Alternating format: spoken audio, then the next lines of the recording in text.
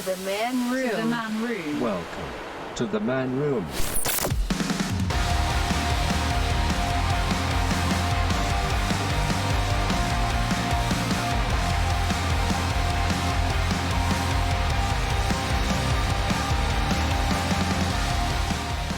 What's up, everybody? Welcome into the Man Room. I'm your host, Marcus Bridges. Thanks so much for joining me in the Man Room today.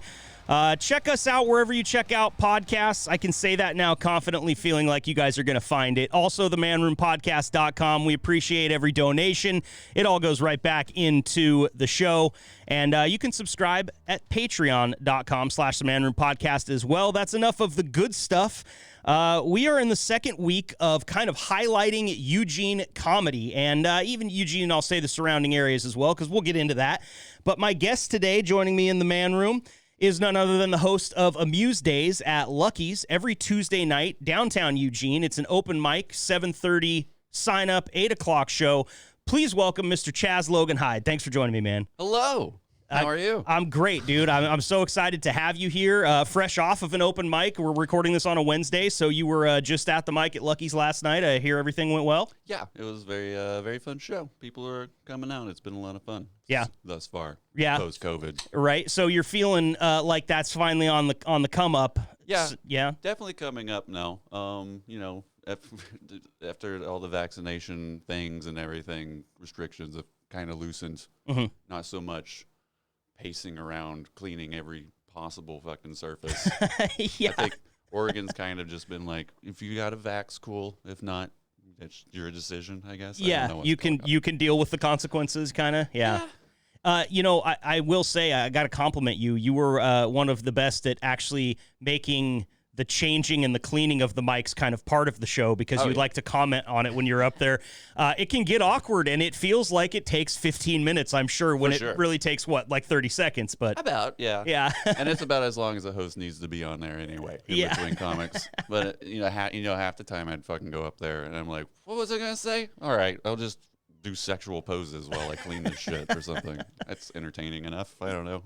Yeah, I mean, maybe we should take a hit from Kill Tony and get a stripper in there to do it or something like that for you. Do that? Yeah, I'm sure. And if it's not a stripper, I'm sure it's somebody that would do it. You know, even it doesn't matter. But I just hire one of the comics. There you go. I'm sure at least one of the comics is a male stripper, right? Yeah, potentially. I mean, maybe we have a couple people who've done burlesque in our scene. So, yeah, I forget about that. I do. It just before we go any further, because it's something that we like to do on the show. Same as last week, I got another Eugene comedian in here with me, which means we're drinking PBR, and You know what? I'll tell you, if I have enough of you guys on here that suggested it, I'm going to start liking it more than what I did back in college, which could be a problem. We used to buy this stuff down at the beer docks. It was at Columbia Distribution Company. I'm not sure if they're there anymore, but you go down there in Springfield on like a Thursday night around like midnight, and at 6 o'clock on Friday they would open, and they sold all the discount beer that they had, and they had like I feel like it was a 40 case limit.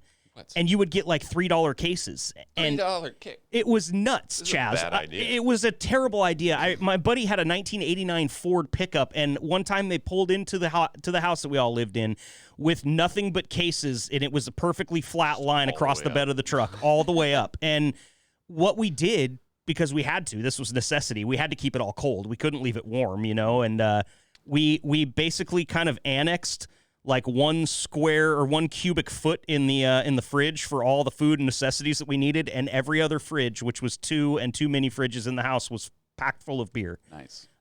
Yeah. Then nobody got grades that semester. Everybody was pretty much just doing punk rock shows and drinking beer. I'd back the truck into a river, keep it cold, and just like there. See, we needed somebody like you because we really went low on food that month. But just improvise. But life. PBR was a huge part of that, man. And I mean, look, I say it every time somebody kind of looks at me sideways. Are you drinking PBR? It's like, if you can tell me that your beer won a blue ribbon, then, I guess maybe I'll listen to you. But, until then. Nothing's better than putting a little lime in it. Oh, my God. Really? Changes everything. Okay. Some Some just bar regular that I met forever ago. Was like, put a lime in it. I was like, okay, it's good. It doesn't taste like aluminum anymore. Yeah, I'll have to try that. You know, it's funny that it's like you think that like the Mexican import beers are for some reason the only ones that you can put a lime in, and it's not true at all. I mean, put it in anything. You put it in, and a little bit of salt too. I learned that one from my dad. I grew up watching my dad's just a pinch of salt in any domestic beer that he would ever get, especially on draft. And I always thought honestly, for like until I started drinking beer, I thought he did it just because it looked cool in the glass to see the salt fall, you know, and bubble up. But no, it was for taste. Lime salt packets sometimes. Oh yeah, I can never find them, but they're given to me. And I'm always suspect. Like, what is in this? Okay. There's like cool liquor stores. Like if you've been in, like, you know, some liquor stores are just they're a liquor store. They don't really have much pomp and circumstance. But then there's other ones that kind of bring in all the you know, the accoutrement, if you will, and kind of the flair. That one up in South Eugene is like that. Sure. Maybe they have it there. Probably, I would assume. Yeah? I don't know. I'm going to have to go look. Not a liquor guy. All beer. All beer? Yeah. Okay. Well, that's not true. I drink tequila a lot, but just because my job offers it. So. Okay. So is that always been the case, or was there an experience with liquor that kind of turned you off on it? Yeah, probably. You know, when it was like 21, 22. Yep. It was the height of my alcoholism, probably. And Okay. I took a whole year off because I kept passing out in my grandmother's bathroom, and that wasn't a good look. Around the 5th or 6th time, I'm like, yeah, I know. I'll stop. Okay. This is bad. I did break the door yesterday, too. Yes, just yesterday. No. Oh, this is years ago. I get you. We're still back in 21, 22. Okay. Yeah. I find that funny, man. A lot of people right at that point in time in their life that don't drink liquor have had normally at least one or some kind of extended experience with it that they learned that it just wasn't their thing. And I laid off of it for a very long time, but then it was like I got too fond of beer. Okay. And I got too fond of especially like IPAs. You know, and you just don't take into consideration the difference in the alcohol content. A beer's a beer to me and every other person in the world. I don't know why I like that trash so much as IPAs. It's just like freeway shrubbery turned into beer. And I was like, but why do I like it so much? I was talking to Nick Lanier in here, and we've always called them pork chop beers because every single time you drink one, it feels like you just ate a pork chop, you know? That's fair. Lots of calories and, you know, salt and probably fat. I don't know what they're working into it. That's so cool. Yeah, that makes sense. But that being said, I could drink my weight in them, and, you know, you end up – the one thing I noticed, because here recently I was seeing myself expand a little bit too much on the edges outwardly, and so – I wanted to switch to something low calorie, and I started drinking like a bunch of like White Claw and like just the seltzers because they're the lowest calorie thing you can get. They really are, because my body's like, I'm hydrated, I feel great. Let's I'm like, drive a car. I'm fine.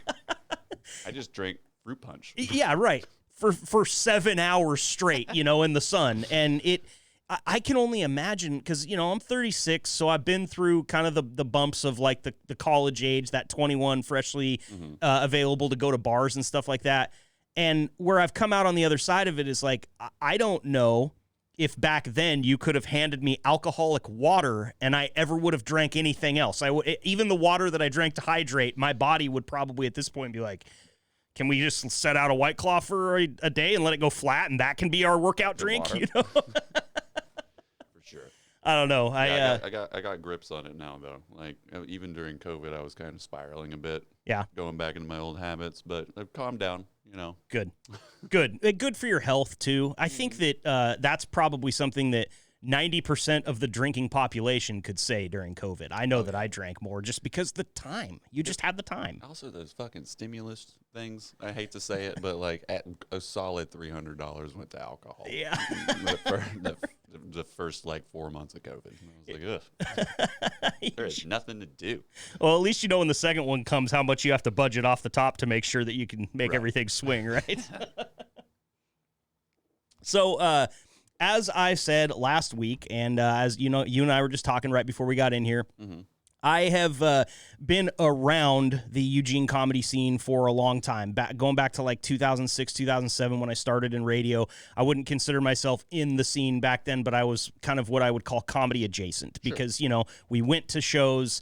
Didn't really do a lot of open mic stuff until later on in the radio career, but back then I saw some really good talent in Eugene, and some of those people are still here today. Oh, yeah. But I feel like right now in Eugene especially, and the surrounding areas, all the way up to Salem, I exclude Portland because they're kind of their own thing. But I've never seen the amount of talent that's running through the circuit that there is here right now. And even though there's not a ton of mics and a ton of shows going on, there's more talented comedians in this area than I've ever seen in, you know, almost 20 years. Oh, yeah. People have so much talent here in this town. It's crazy. Like, we are congested. Yeah. Just like, I think like half our comics can probably easily do like 20 to 30 minute sets and just kill. Yeah. And have a good time. And you experienced it as a host. Now, how long have you just been doing comedy yourself? I think we just passed the 6th year. Okay. If you still count the year we all kind of took off during COVID, I was still writing stuff and like posting videos online or whatever. But like, yeah, about six years now. Awesome. And in your 6 years, do you think it's better than it's ever been at this point? I'd say so. Yeah. Like, there was plenty of talent when I first came to Eugene. I was here like 3 weeks, and then I was like right on stage because like I moved here and wanted to do comedy. And back then there was a lot of funny people, but it's like a lot of them fell to the wayside. You know, don't do it quite as much, and just the quality is just like risen. Yeah, because we're all like really trying to do this good. Sure, for sure. Coming out anyway, everyone was just like waiting very impatiently. Yeah. to strut their stuff again. I mean, that's what's so cool is that there's so much talent, but there's also this like deep thirst for something to do. And that runs, you know, it's going to be the same for music, I feel like, too, once bands get back together. But it's, as a comedian, you're just one guy. You don't have to dial up time with 5 people and brush all the rust off, you know? Sure. And so I'm sure music is going to follow suit because it just feel like this general elevation of like the bar scene and everything. Like, I just went out and caught up with a friend that had moved away years ago, and I hadn't seen him in a while. And we were out, and we actually, like, we bar hopped. We started at one place, and we went to another place. And I was like, this is unreal. I haven't done this in a year and a half. Yeah. But it was packed. Like, at the second place we got, we couldn't find a place to sit. Yeah, it's been, especially just this last month, there's, like, people are everywhere. Everywhere. They're coming out of the woodwork, literally. But I think it's really cool because, you know, maybe people hear this and understand what's happening in Eugene. That's what I hope for. I want to use the platform to help bring awareness to the fact that it's unprecedented what's going on here right now. And there's a lot of people, including yourself, that deserve a lot of stage time and even more than what they're getting. And so, you know, I really want to just jump in with both feet and help in whatever way I can, because my comedy's not great. But the podcast has been a lot of fun, and I've been able to talk to a lot of really cool people. So hopefully that can kind of you know, help out. And one place, obviously we already talked about it right off the top, but I'd like to talk about it more. Is you host a Muse Days down at Lucky's. That's every Tuesday night. Yeah. What do you average for a list of open micers each Tuesday? Well, it depends, but I mean, in the past it would be like 15, 20. And, like, I don't know, it's always just ever-changing, you know, just depending on who's in town. But, like, we have so many people interested now, like newcomers, and our usual roster of comics that we've had already. Sometimes I'll get close to, like, 30 people on my mic. That's unbelievable. And I'm like, which is almost close to, like, fucking Portland numbers. Because I remember going to, like, the Brody Theater, and there was, like, 54 people on the fucking mic. And I was like, that's crazy. Dude. But I'm like, I got 30 here in Eugene. How is that possible? At Lucky's, which will almost fill the place up. I mean, it's just not a very comics, big place, right? You could almost fill the damn bar. Yeah. But then the crowd comes in, too, and it's packed. It's like, it's great. People are just really appreciative for it, I think, and they're coming out. Yeah, you know, the first one I did, the first time I ever came to Lucky's was this year on 420, which might have been the worst idea I've ever had, just because it's like I'm out there for the first time at my first open mic in years, and I'm expecting to get some laughs, and I'm working on my stuff. And it wasn't, the comedy probably wasn't that great either, but I'm pretty sure that everybody was so stoned by that time in Eugene on 420. I remember that, Mike. And I don't even think I said a weed joke the whole time. It was really, I was like, I forgot it was 420. So I don't even really smoke weed that much. Yeah, it's funny. It's like the people that really celebrate 420, I worked in the cannabis industry a few years in the dispensaries, and you will be surprised. Like there's some people in this city that will like take a full unpaid day of work and tell their manager, like, I'm going to stand in line at a dispensary. I'm going to get the best deal I've ever gotten, and I'm going to blaze my mind out of my head for the next 7 hours, and I'll see you on Tuesday. And I've always thought that to be kind of funny because, once they legalized it, even before that, you could do that pretty much any day that you have off. You know, could just go home and do it. Right, exactly. I mean, they do offer some really good deals, which might have kind of fed to the sleepiness that night of some of the people. But we did that night have a woman throw a microphone at somebody else on the stage. Do you remember that? She wasn't supposed to be there. She didn't even sign up. The fuck? Yeah, I remember that. You remember that? I was very annoyed that night, actually. Dude, but I thought you handled it really well because that was like she pretty much forced her friend to go up there first and then kind of stole the mic right out of her hand, didn't even give you a chance. I was like, I let her friend who didn't want to do comedy was just like up there for a minute and a half, wasn't doing well. She knew she was uncomfortable and what was happening wasn't good. And she was just like, I'm just going to excuse myself and get off stage. I was like, that's a fucking, wow. That's a pro move. That's impressive. Yeah. I'm glad you realized that and do it. And I went up there and then her friend just kind of wanders up. I'm like, who are you? So this was a 2 thing? Okay. And then she's just fucking really fishing for compliments about her looks. And then she turns into fishing for insults. And then she gets those insults. And then she gets upset and throws the mic down and leaves. And I'm like, nope, you're not coming the fuck back ever again. So did you 86 her? Yeah. Okay, I mean, if I ever see her again, she's not going on stage. Oh, of course. Sure. Yeah. But I was like, don't come to someone's house and just throw their shit around. Exactly. And don't come to someone's house. Because I remember she was, like you said, she was kind of fishing for compliments. And somebody actually did say, I like your hair. Mm-hmm. And her response was, I grew it back after I had cancer. And it was like, there goes the rest of the air in the room. Like, nobody could breathe already, and you sucked the rest of the oxygen out the back door. Like, dude, it was that being my first open mic back in, 5 years. First time I'd been to one in 5 years. Mm-hmm. Like I said, I was impressed with the way you handled it. I mean, it was late in the night, too, so there was alcohol flowing through everybody's veins. It could have gone way off the rails. Is that the worst thing, or what's the worst thing that's happened to you as just a host? I don't care if it's at Lucky's or at other places. You don't have to mention names. But I like to hear these stories because they fascinate me. It's weird how violent people are. Yeah. And just how upset they get that you're having a good fucking time and they're not included. Yeah. So a lot of shit like that, I think. One of the more threatening thing was like, I just did a show. Everything was normal. I mean, this guy was probably at the show the whole time looking at me weird. I had no idea. But, I get done. I put everything away. I'm walking down the street to meet some friends, and he's just kind of stalking me. And he's like, hey, you think you're funny, huh? I'm like, hey, yeah, I guess so. I don't know. And I was like, I think you're real funny. I'm like, I'm just having a good, are you okay? And catch up with my 3 friends, and he was like, so what makes you think you're so funny? I was like, dude, here's my friends. Do you want to talk more about this, or you want to fuck off? Like, you're trying to threaten me, and you want to fight me because I'm just having a good time. Because you told some jokes? Yeah. And obviously not even targeted at him because you didn't even know he was probably in the crowd. Just some people are, unhinged and ready to start shit for no reason. It's unfortunate, man, because there's also, like, for every one of those people, there's 5 that came out only to watch comedy and will sit there and smile wide-eyed up at whoever's on stage saying whatever they're saying. And I feel like those ones where the show kind of gets stolen away it's always a tragedy in my eyes, because it's like, man, everybody out here except for you wants this to go well, and you just can't have it happen. You can't just show up to a fucking show in a bad mood and expect me to fix everything for you.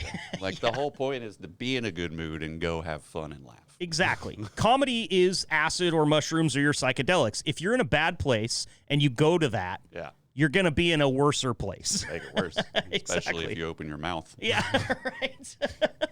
And how once again on the flip side, if you're feeling good and your psychedelics that day, probably going to see some really bright colors, man, and that's good.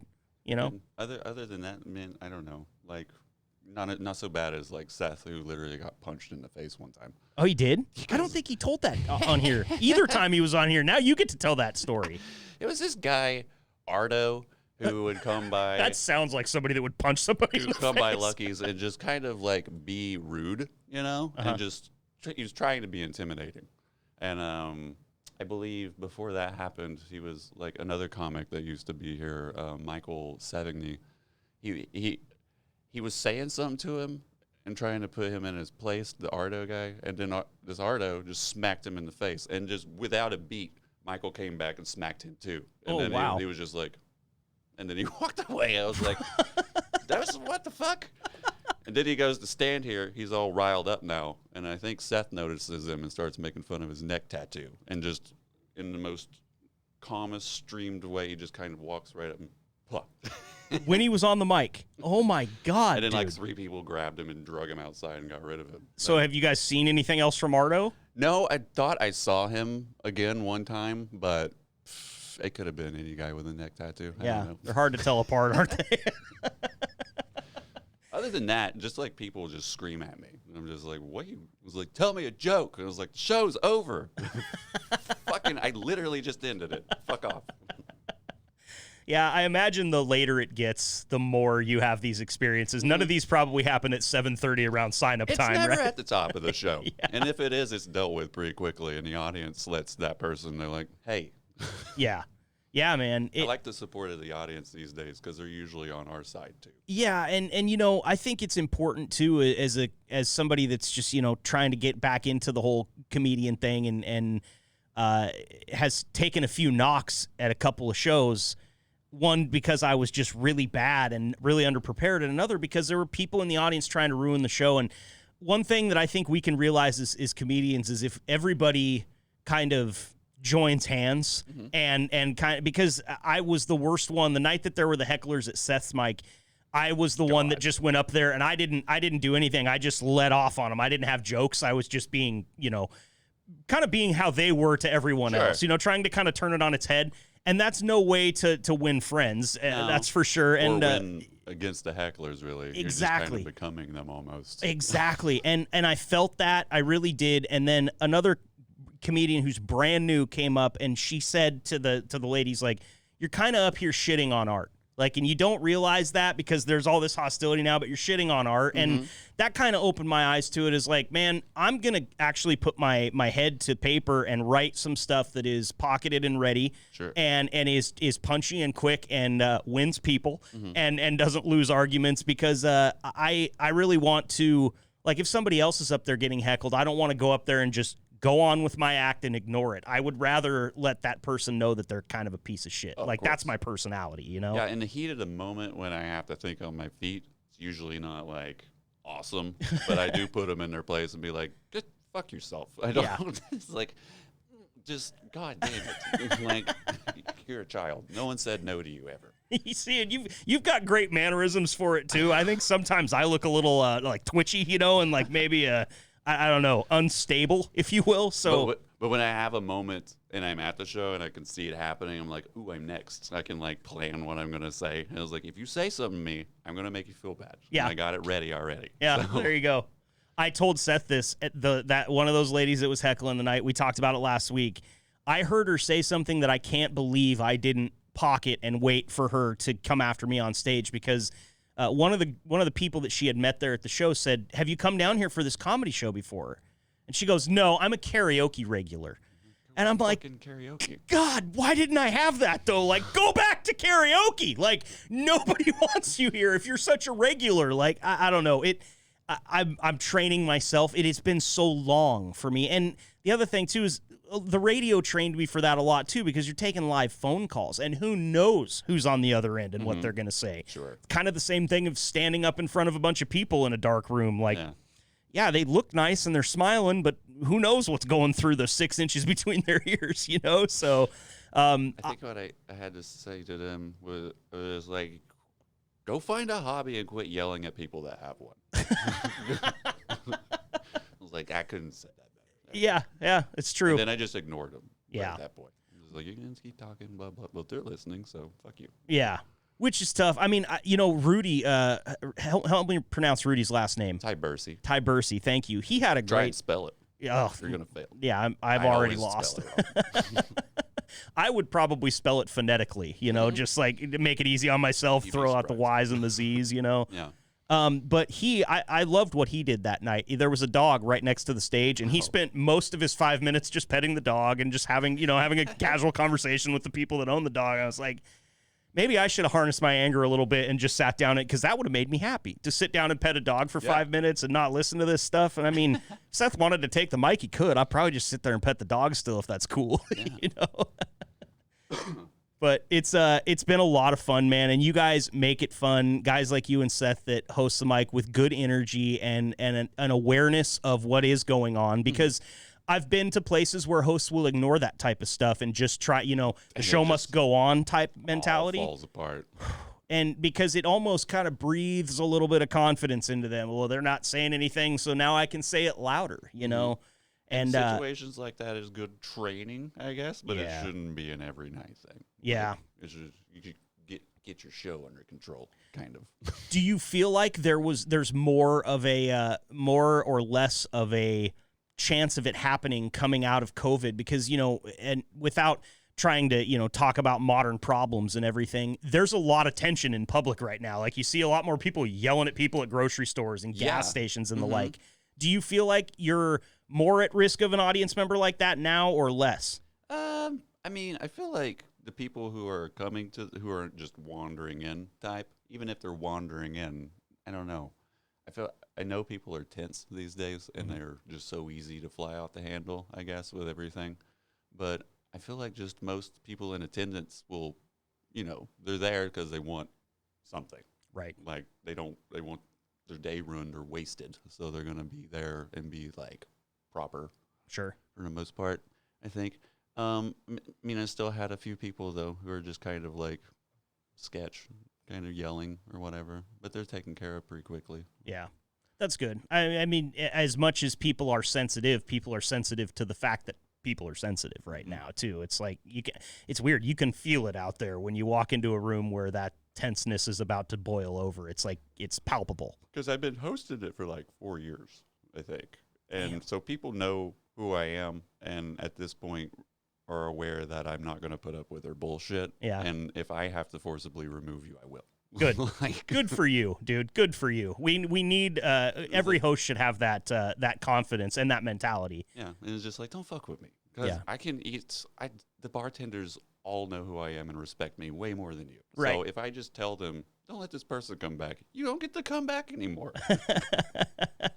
Good, man. Good. It sucks, but yeah. But it's the way it should be. And how funny is it that as adults we have to take things away from people to make them behave? I know. I didn't know I had to adult other adults. Right. I feel like Dad just took the power cable to my Nintendo because I didn't mow the lawn. No one told me that later in my life you're going to have to take care of adults. Yeah, you really are, and especially as a host, man. So I mean, once again, hats off, because I'm sure you enjoy it. I'm sure it's fun, but I know that there are complications for sure. Like anything, but I always look forward to it every week. Yeah, good. What other shows do you have coming up right now? Anything in the works? Anything planned comedy-wise? Mostly just Amuse Days. I'm trying to get out and just do as many mics, and I'm going to start networking with other people and try and do some bigger shows and things. Yeah. That I know, like, everyone in our scene's, like, just after it now, and they're actually, working congruently and, like, figuring shit out together rather than going solo like we used to. But yeah, things are coming together real good, and let's try and go after that. I have a show I haven't done in forever. It's the Bob Ross After Dark show. I'm trying to get that back together, and that was always fun. Okay, tell me a little bit about the Bob Ross After Dark show. I didn't even know it was a thing until just now, so I'm going to go check it out now, but that's awesome. Yeah, I did it for years, and then, like, you know, I paid for it all out of my pocket, so it came to like a financial problem. Mm-hmm. And then COVID happened, and I was just like, how can I bring this back if people have to touch all this shit and do all these things? But now, with the restrictions released and things, I think it's viable to do it now, if they'll let me anyway. The Bob Ross show is just, I'll put on an episode of Bob Ross, Mm-hmm. and I'll have 2 comics competitively paint head-to-head to an episode of Bob Ross, and you have to paint it just like he's doing. Bob Ross. What the fuck ever. Yeah. I also realized no comic in this town knows how to paint. So that's one thing that was surprising. So it probably provided for even better content, I assume, yeah? So, and then what I do, I just dress like Bob Ross and shit on him through the whole process and tell jokes and talk to the audience. And I'll have like 2 people off stage participating who are audience members, and they're always better painters than whoever's on stage. And then we just kind of go through that and like do voting, and then I do like a talk show afterwards with them, kind of like a panel, and we just, you know, do jokes, and I have like a guest comedian. That's awesome, dude. That sounds so much fun. I mean, there's a lot of production. It's a lot of fun. Yeah, it sounds like there's quite a bit of work and preparation that goes into it, but also, I mean, how much fun to get shit on for a painting. Like you know, you're sitting between 2 drum sets. I've tried to dabble in comedy, and I have this podcast. This is my outlet, and my wife is an amazing painter. Yeah.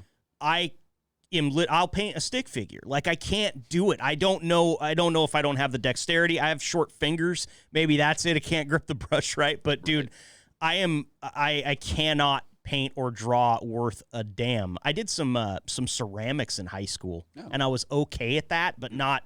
I just don't know what it is, and I'm thinking, well, I've dealt with my trauma through the hobbies that I've chosen, and now I have nothing to give to this painting, you know. Sure. So that's kind of where I would be with it. But I think it's funny that other comedians face the same affliction. I wonder if there's something about the way the brain works. I don't know. I'm definitely more of a doodler. I also can't paint. Really? Nor have I ever attempted to paint on that show, ever. Which is wisely. Like, you suck. And I was like, why don't you paint? I was like, no.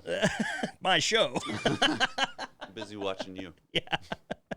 What about, so, I mean, I've got actually on the video feed right now, if you're watching this on YouTube or whatever, you can see one of the more recent posters for Amuse Days. Do you make those posters? Oh, yeah. Those are awesome. And see, you're not painting those, but you've got like this creative and kind of design eye, you know, which is really cool because I love all the posters that everyone's doing, even the bad ones I find entertaining. And there are you know, some bad ones. Yeah, and I think that should be part of it. Like, look, if you can't make a good poster, own that and just make the shittiest one you possibly can, you know, because it's still going to stand out. The info's still out there. Exactly. Exactly. And then you might start a conversation, you know, you never know who's going to see it. So, but what do you use, like Photoshop or something like that? I literally do it all on my cell phone.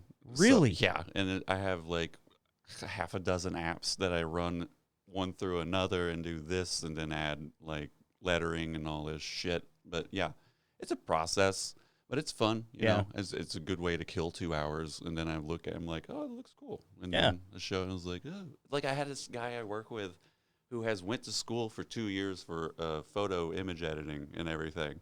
And he's like, hey man, if you need a poster, I can like help you make one for your show and shit. And I was like, I have them. And I was like, holy shit, that looks. I was like, I didn't even go to school, and this looks good. All right.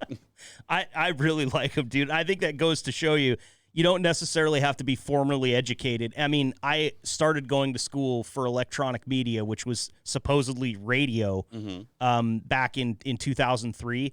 And I switched my major and just got out of college. And in like the time that I kind of was like an unpaid regular at the radio station, just going there because I enjoyed it, 6 months worth, and I learned more than I ever learned at a state university. Oh yeah. And so I think it's all about hands-on experience, and it's kind of cool because you and I both come from the same generation that while we weren't born with technology in our hands, we got to grow and kind of discover as it came out. So you sound really adaptive to all these apps that you can just download and go in and play with, and that's how you learn how to do all the cool shit. You know, some of them are way over my head, and I've tried it, and I'm like, okay, this one, I got to have one that's like half as smart as this one, and then I'll be able to cope, you know. But I always think, like, if I if I had it on a computer, I'd probably be worse at it. Really? I've just kind of like settled with like it's just here, it's tiny, and you're just gonna do this. And I don't know. I feel like if it was on a computer, I'd just fuck it all up. Yeah.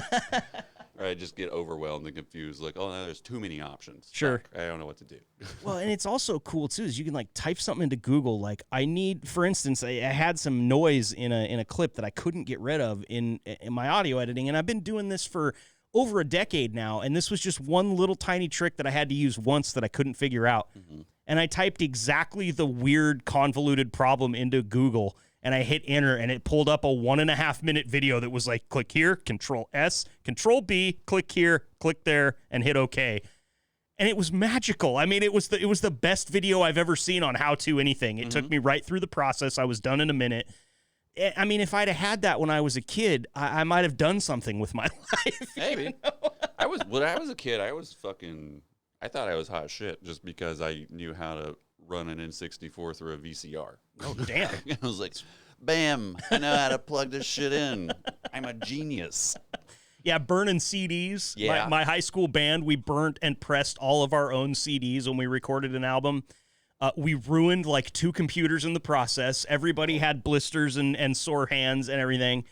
But it was a labor of love, you know. I mean, now all you'd have to do is click a button and it's just there for anybody that wants it. We don't have to hand it to you. Go get it. Oh, I know. You know? No one will never know. I'm sure people still do it, but like burning CDs was my favorite. I loved it. I'd be like, this is going to be the first song. This is the last one. I'm going to take you on a fucking journey. Yeah. I'm glad to know that I'm not the only person that did that, because I would always try to like turn every burnt CD into like some sort of weird concept album where the songs kind of told their own story that I made up, you know? I was like my own little fucked up Coheed and Cambria out here trying to impress 15-year-old girls with my burnt CDs, you know? This one's all about Blue Ridge Mountain. Yeah. This one's all about the ocean. Man, but it's weird. I think about back in those days, like music was kind of my identity. Like it was, if I was trying to impress a girl, I would either want her to listen to me play my drums, or I would want to play her like the coolest thing that I'd found over the last week, you know? And now, I mean, the music just comes, it just flies out from every angle. I don't know. It's got to be a lot harder to do that as a kid now. I mean, I had my niche. I had my pop punk and my, you know, kind of my punk rock niche, and where new stuff was dropping every week, every Tuesday. And now it's just like, I mean, I know Kanye's album's about to come out, but other than that, I don't really know much about who's coming up with what, you know? I can always depend on Spotify to help me out, kind of. It guides me in the right direction when it suggests shit. That's good. Like, I always somehow stumble across bands all the time still. And, like, I'm kind of in the know now. Like, I used to play music forever, but could never get involved with anybody who wanted to play it with me. So. Okay. But it's always been a hobby, just playing music and stuff. Yeah, what instruments do you play? I like bass and guitar. Okay, awesome. I have a keyboard that I haven't touched in 12 years. Wow. So okay. And what kind of music? These are the first two. What do you play? What kind of music do you like? I like to use the bass to just be really loud and rocky or punky, and then I'll take the guitar and just kind of play folky, bluesy things with that. Just kind of back and forth with that, really. Yeah. It's, you know, growing up a punk rocker like that, and I always wanted to have on as many armbands and belt buckles as I could. Oh, sure. You know, I was that guy. But my dad and all his brothers and some of their wives had a wedding band when they were all growing up and in their 20s, and they played, you know, what you hear the word country now. What they called it back then was country and western, because that western tinge was, very heavy through a lot of it. And they played a lot of like old George Strait and Johnny Cash and stuff like that. And when I finally grew up enough to not hate that stuff just on principle because of the way I was dressed, I started to bring little tiny versions of my big rocky drum kits to their little get-togethers and play with them.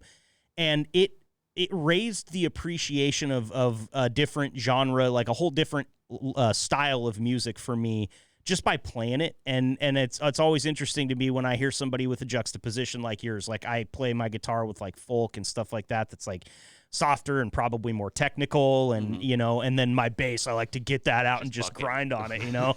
I love that. I think that's really cool, and I think it made me, I don't know if I want to say it made me a better musician, because I don't practice enough anymore either. Like, I mean, but one thing that it did is when I am practicing, if a Johnny Cash song comes up on the shuffle, rather than skip it, I just try to play through it, you know? Oh, it's yeah. like, it makes it I more love fun. doing that, though. I still do that on occasion. Just, like, hit shuffle on and just whatever song comes up, let's see if we can play it. And Yeah. I can play by ear pretty well, so I can pick it out half the time. Okay. But just, like, but an hour later, I'm not going to pick and be like, oh, yeah, this one. It's like, I already forgot. I don't remember. If you're playing by ear, then you're probably self-taught like me, yes? Yeah, I just learned how to do it by watching and listening. Right. Pretty much. It was me exactly. I used to watch the guy when I was in like 7th grade. I used to watch the drummer for the high school pep band. Mm-hmm. And then I would try to get like all the VHS tapes of like all my favorite bands that they would put out, you know, promotionally, and try to watch the drummers there. And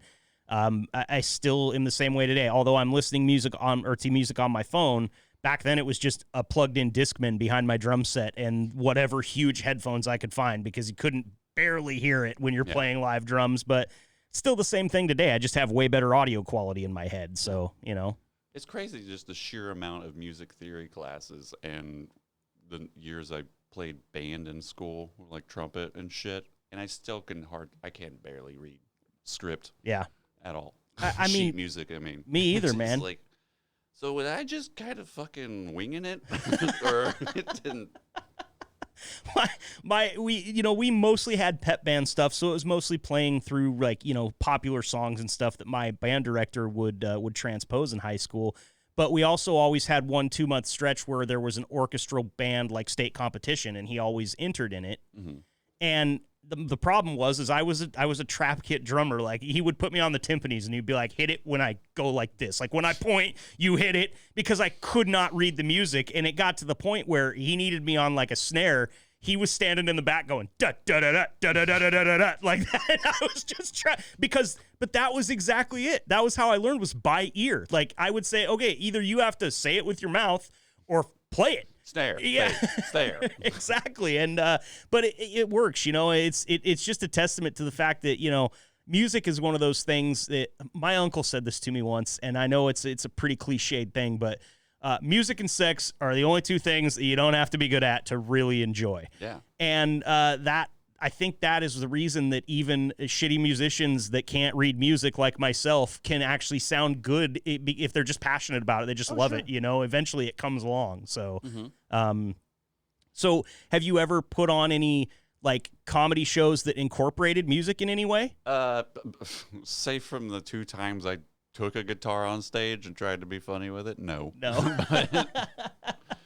Because I like, you know, what James Manning III has done. Like, he, you know, we were at the Houndstooth a couple Saturday nights ago, and they got done with comedy, and he just plugged in the guitar and started singing the hits, man. I mean, he's really good, too. He's really good. Super talented guy. And I know he's got an Instagram show, too, that he does on Instagram Live.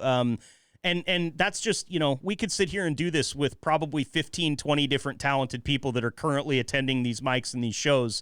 But he's just one of them. And I was intrigued by that. Like, as a drummer, it would be hard for me to be like, all right, next up, click, click, click, and, you know, just start rocking. But I love the idea of somebody having a, you know, like a stand-up bass or something to play along to, or to do comedy to, or something like that. Like, there's just so much talent here right now that it's all about coming up with cool ideas like that to feature the talent. That's, you know, one thing I wanted to do so bad, because I start my show with just that cowboy bebop theme, because it was like, it's impactful, it's loud, it gets your attention, and I was like, I don't know a better song to grab people's attention than that. But what I always wanted to do, there's a jazz station around the corner from Lucky's. Yep. It's like, maybe if I go over there and give them enough money, I can make them come over here and open my show. And then they can just leave. It was like, here's fucking $300, just play it for fucking 40 seconds and you get to go home. I was like, all right. Yeah, I mean, I think you offer anybody enough money, they'll do something like that. Why not, you know? That's awesome, man. Well, you know, I don't want to put you on the spot, and I don't want you to you know, burn any allegiances. So if you don't want to answer this question, just tell me. Okay. But as a host, somebody that sees close to 30 comics, who are some of the ones that stand out to you right now that are doing some of their best work that they've ever done? Well, it's hard to say exactly. I mean, everybody's coming up pretty quickly and all doing a good job equally, I'd say. My friend Matt Costa's doing a really good job. Matt one Costa? in particular, yeah. Okay. He's been crushing it pretty hard. Every time I catch his set, like the crowd's really enjoying a lot of it. Okay. I like it. The reason I ask is just because I'm hoping to say some people's names that you can go out if you're listening to this and check out. If you see their name on a flyer, if you see them on Facebook, send them a friend request. Figure out where their shows are, because this is how we're going to get more people out to comedy shows, is just to talk about it and just to be involved in it. So I'm not I'm not asking you to play favorites as much as I just want to promote as many people as we can. Oh, so for sure, yeah, and just like. My friend Luke Miller, he's been with us for a while. Yep. And we already know he's good. He's good. But man.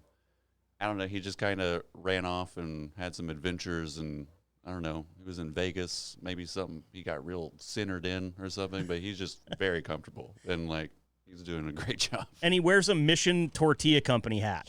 I don't know who even knew that they ever put their logo on a hat, but Luke found it. Yeah, he'll find it.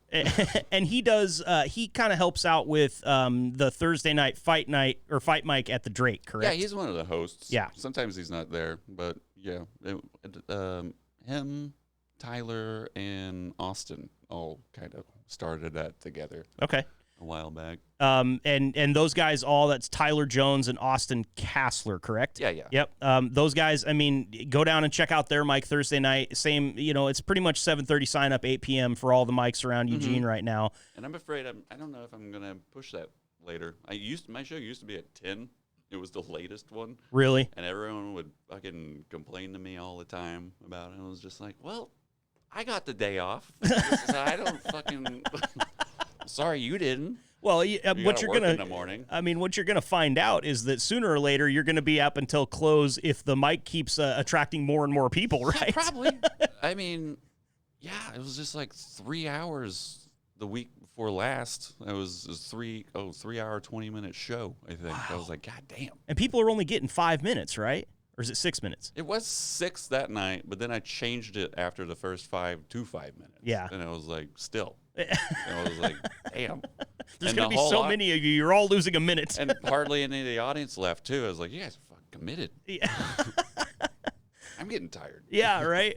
Dude, after that many comics, I can only imagine. And, the name pronunciations and the fact that everybody's written, it's all handwriting, it's not typed out. So. Yeah. Oh, this guy got me good last night. And he had 4 names. And I'm like, Jesus Christ. And just 2 comics away, I'm still trying to commit it to memory. I'm like, is it fucking... and they're all long names too. Oh man.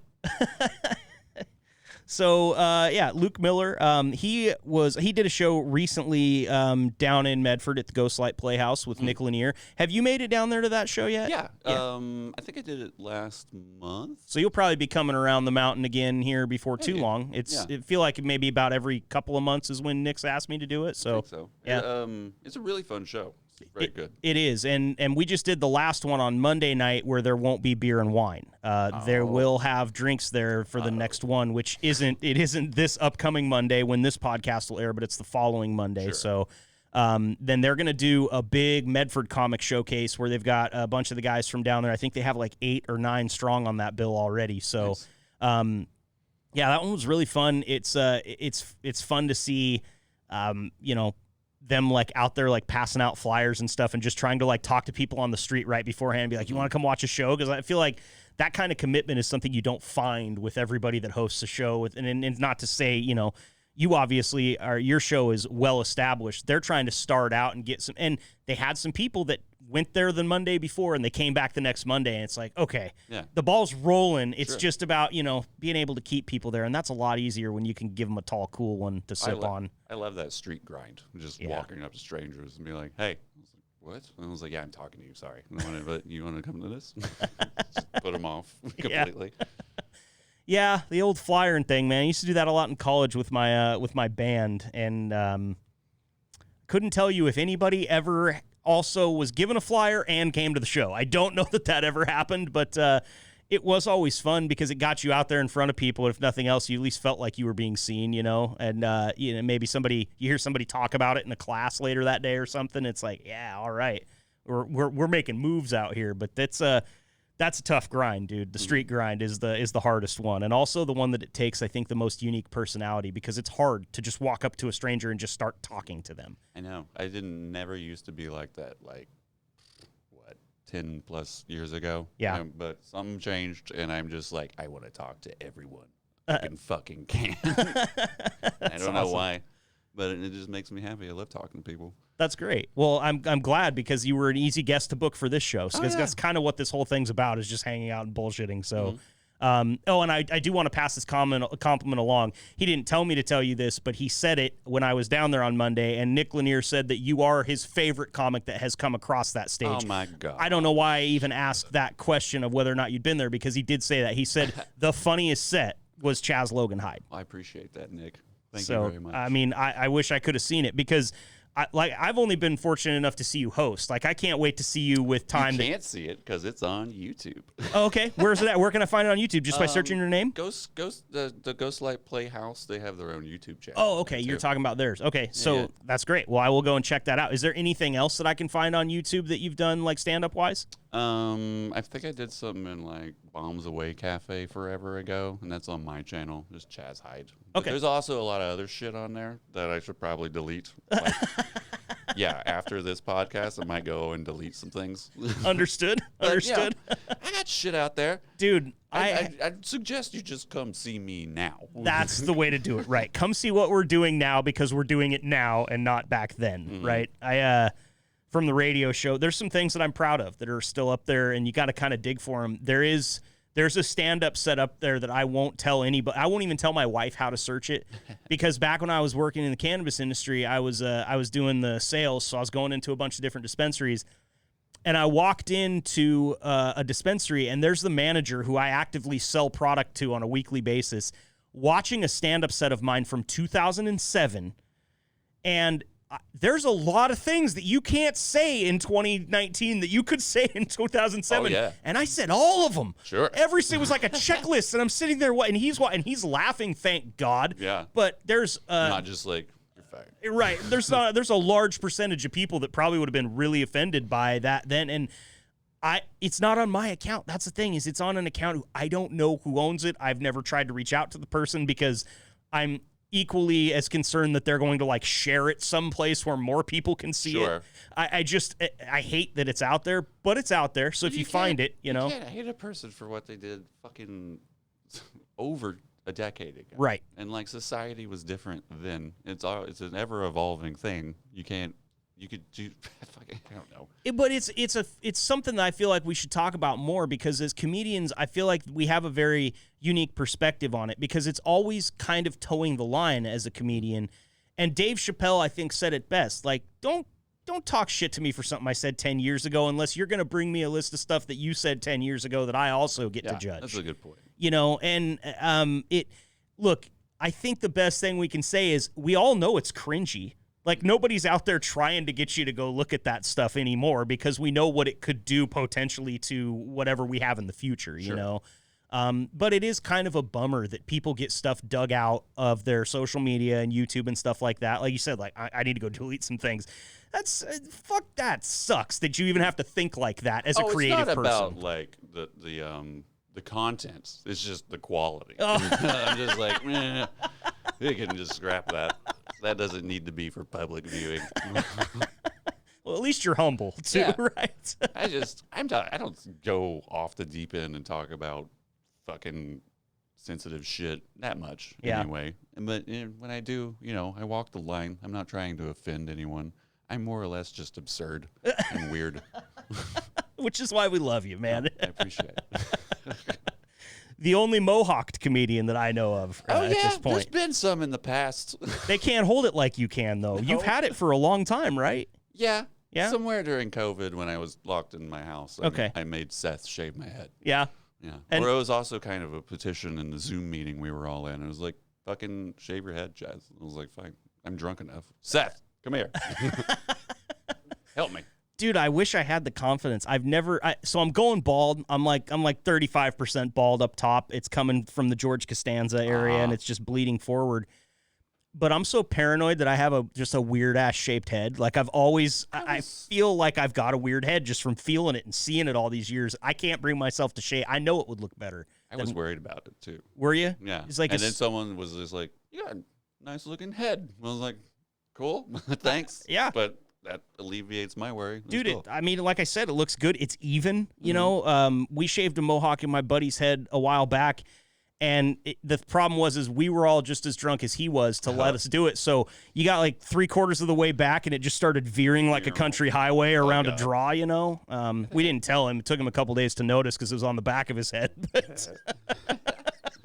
Yeah, I think I just accepted this because my hair is receding in the other way. Okay. You got the, what do they call it, the widow's peak? Something. Yeah. And then I was like, well, still got the landing, fucking just rip the rest of it out. Cool. Works. I like it, man. Were you, back in the day when you were a kid, did you ever do the mohawk with like the egg whites, like the really tall ones? Did you ever grow your hair out and do like crazy punk rock shit like that? No. Yeah. My hair was just a mess. I Yeah. could never figure out what to do with it. Until just recently. So, yeah, well, I mean, hey, whenever you find it, if you find something good, you know, ride that pony till it bucks you. It's usually just a weird shag. I'm just fucking, I don't know what to do with this shit. I don't know how to style. I was really big into dyeing my hair. I dyed my hair all, like, completely blue in high school once and then completely red in I think it might have been college. But, yeah, I don't know. I just was never comfortable with it. I used to bleach it a lot. I was part of the Eminem crew who, like, after Eminem came out, everybody had a bleached head. Mm-hmm. Will the real Slim Shady please stand up? I'm right in front of you, bro. And you can only imagine me, Mr. Dark Features, with like a literally a Q-tip of hair on top of my head. Yeah. Well, in high school, I wore like a bunch of black bondage shit. Had this bright ass blonde hair and blue eyes. I'm like, not really committing all the way, Chaz. You're almost there. That's great, man. I wish. I mean, I would probably punch my high school self in the face. I can comfortably say that. Just not because I, was doing anything particularly, but mainly because of like, you're not as cool as you think you are, and it's better for you to realize that now than wait till later. Mm-hmm. I was just grungy, punky, gothy until I got my first girlfriend, and then I was like, let her dress me in Aeropostale. I was like, I lost my entire identity. I was like, what are you doing? Get out of it. You're losing yourself. Aeropostale's a throwback, man. Dude. Yeah. Were you in the Abercrombie and Fitch days too? I never wore the shit, but everybody I knew did. No, yeah, I knew a lot of people. It was all over everybody's body. I just wore like bland ass normal clothes usually. I like to. I think I told Seth last week. I kind of dressed like in the late high school days when I got really into the punk rock, like. Somebody threw me into a Hot Topic and whatever stuck to me, I just walked out with, Right. Whatever band T-shirt that you couldn't read because it was all like, just fucked up lettering and everything. Tree limbs or that's a tree, right? No, it's a bed. Yep. And then wear my CBGB shirt every other day, and it was so tight that it didn't touch my belt. Thank God I didn't hold on to all of those fashion trends. Like I still do the flat bottom skate shoes and baggy pants. Yeah, and that's stuff, never gonna leave me. I don't think I'm always gonna have the skate shoes. People don't understand how comfortable they are. They are until you're like 60 and can't walk, probably. Right. Yeah. Which is what's gonna happen to all of us. The ankles are gonna go. But here's the deal: I stopped trying to do kick flips back when I was like 20 because I knew I could never do a kick flip. So I might have saved my ankles a little bit. I don't even know if I can do a fucking ollie. Yeah, that was my problem. Is I couldn't ollie, so I definitely couldn't kick flip. I could do that, but I mostly just cruised around and bombed hills. Can I admit something? Since we're on the subject, I was a little bit more of an aggressive inline skater. Oh yeah, a fruit booter as they used to call it back in the day. Yeah, that doesn't seem like a complimentary. No, it was pretty derogatory, I believe. But yeah, man, I used to try to like grind rails and jump stairs on my inline skates, and that's cool. Yeah, I thought it was pretty cool. Nobody else did back in the day, but hey. I didn't have to have people think I was cool because all I was doing was hurting myself, and the more people that were there to watch, the worse it was for me. So props to you, because when I was a kid, I got in lines and I couldn't fucking do it. Really? I was just like, I can't do this. Well, it's funny to me because it's a lot like, a lot of people say like, oh, well, if you're a snow skier and you try to snowboard, you'll go back to snow skiing because snowboarding's harder. I always heard that about. You've done none of it. I always heard that about skateboarding and rollerblading, though, is that if you were a rollerblader and you tried to skateboard, you'd never pull it off unless you really got dedicated because it was so much harder than putting on the rollerblades. I think they both have their place, but I did have, even though I was like an avid wakeboarder as a kid, I had this weird thing where standing sideways on wheels and going forward really made me nervous, but standing forward and pointing forward on wheels, I kind of felt invincible for some reason. I don't know why. It's odd. Yeah. And because I hurt myself as much with all of it. Like, none of it, you don't fall easy on any of those things if you're out trying to do them for fun, you know? Yeah, I think I really slowed down and stopped after I just, like, pulled this thumb all the way to here. Oh, God. And it's still not the same anymore. It's not? No, it's kind of fucked up. It's going to be dude. problems later. But that and, like, when I bailed into some grass and rolled just one roll short of going, like, full speed into an electric box with my face. Oh, my God, dude. I was like, huh. I was like, okay, it needs time to stop. and about how old were you when you realized that? I mean, I was still, like, just 19. Okay, so still young. Yeah, still young. But I was like, fuck. Yeah. That could have been a lot worse than it was. For me, it was a catastrophic wakeboard accident where I was trying to always go do, at the end of my runs, I would always try to do like one big trick that I'd never landed before, and it was always just kind of a big blowout. And yeah, the final hurrah. Yeah, it's the grand finale, and if you don't make it, then it's fine. You're done with your run. You swim back to the beach, and I hit like a wake from a jet ski, hit the bottom of my board right when I launched off the wake, and it broke the bottom of my femur, tore my ACL, my MCL, and ruptured my meniscus all in one because I rolled over and I only had one foot in the binding, and it landed on the board. The board like twisted sideways, and just it absolutely exploded my knee 5 days before my 21st birthday. Oh, fun. Yeah, and so I was on crutches, like no weight on the leg at all for my entire 21st birthday, bar hop around downtown Eugene. Get drunk? Oh, yeah, I got hammered. Get everybody to carry you. Right. Pitch in. I had a great group of friends that night that was very supportive.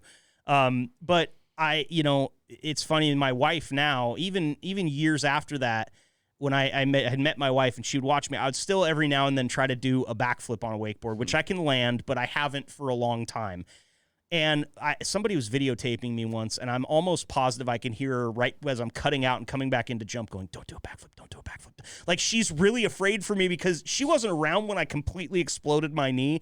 But, like, now at 36, like, if I can do that damage when I'm 21, what kind of damage can I do in my 30s trying to do something way less, you know? So it's good to give that stuff up and go for a little bit more soft impact type thing, you know, inland surfing maybe. I get more and more careful as the years go because I'm like, one wrong step. Oh, yeah. Or even when I'm just like accidentally drop something and go to catch it, I just throw my fucking back out or something. I'm like, damn. You ever get out of a chair and you tweak your hamstring just a little bit? Like, God damn, I got no quick movements. Take it easy. Well, look, man, you're here on your day off. I really appreciate you coming by. We have hit the hour mark, and I don't want to take up too much more of your coveted time off because I don't have a schedule for shit. So when somebody takes time out of theirs to come and do this with me, it really makes me happy. And I just hope that some people will listen to this, head out to Lucky's, check out the open mic, whether you're there to actually do some comedy or just to support the scene. We're having a lot of fun out at these things, and it's people like yourself that bring the mood and make that happen. So thanks for being here. Thanks for everything you've done for the comedy scene in Eugene. Thanks for hosting at Lucky's. Like, dude, thanks for being Chaz Logan Hyde, man. Of course. Thanks. I appreciate it a lot. Any place that you want the listeners to check any of your work out at or anything like that, a website or anything you want to plug? Oh, there's a bunch of stuff on my Instagram at Chaz Logan Hyde when I was trapped in my home and just posting videos of comedy to no one, just but a video camera. I got that going on there. My Facebook is mostly just where I post about shows coming up that I'm going to do or promoting. And other than that, I'm on YouTube, and you just look my name up. I'm probably somewhere on there. There you go. Well, I will share all those links in the description of the podcast, and I want you guys to do what the Man Room listeners do and go out and listen, support, click through, like, subscribe, do all that shit. I've got more great comedians coming up in the coming weeks. Excuse me, Pabst Blue Ribbon burp. I can't wait to see what transpires in the Eugene scene. I can't wait to see the growth, and I guarantee you in that we'll be having you back on sometime later on in the future. So for sure, I'd love to. Awesome. Chaz Logan Hyde, everybody. Thanks for listening to the Man Room Podcast. We'll see you next week. Thanks for listening. And transmission.